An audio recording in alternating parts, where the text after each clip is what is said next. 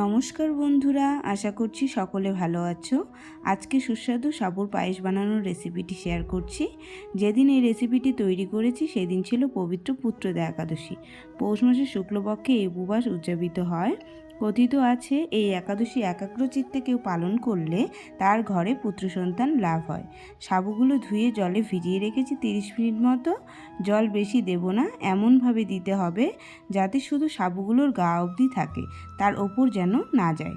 যেই পাত্রে পায়েস করব সেই পাত্রেই যতটুকু মিষ্টি আমি দেব সেই পরিমাণ চিনি ক্যারামেল করে নিয়ে দিয়ে দেব দুধ একটু ফুটে এলে তাতে গন্ধের জন্য এলাচ তেজপাতা দেওয়া যেতে পারে।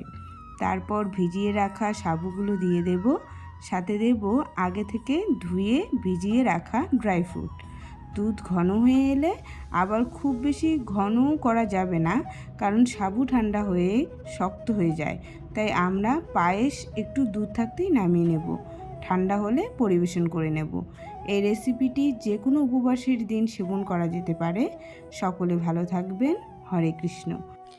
ভিডিওগুলি ভালো লাগলে লাইক, কমেন্ট, শেয়ার করবেন আর আমার চ্যানেলটিকে সাবস্ক্রাইব করতে ভুলবেন না যেন।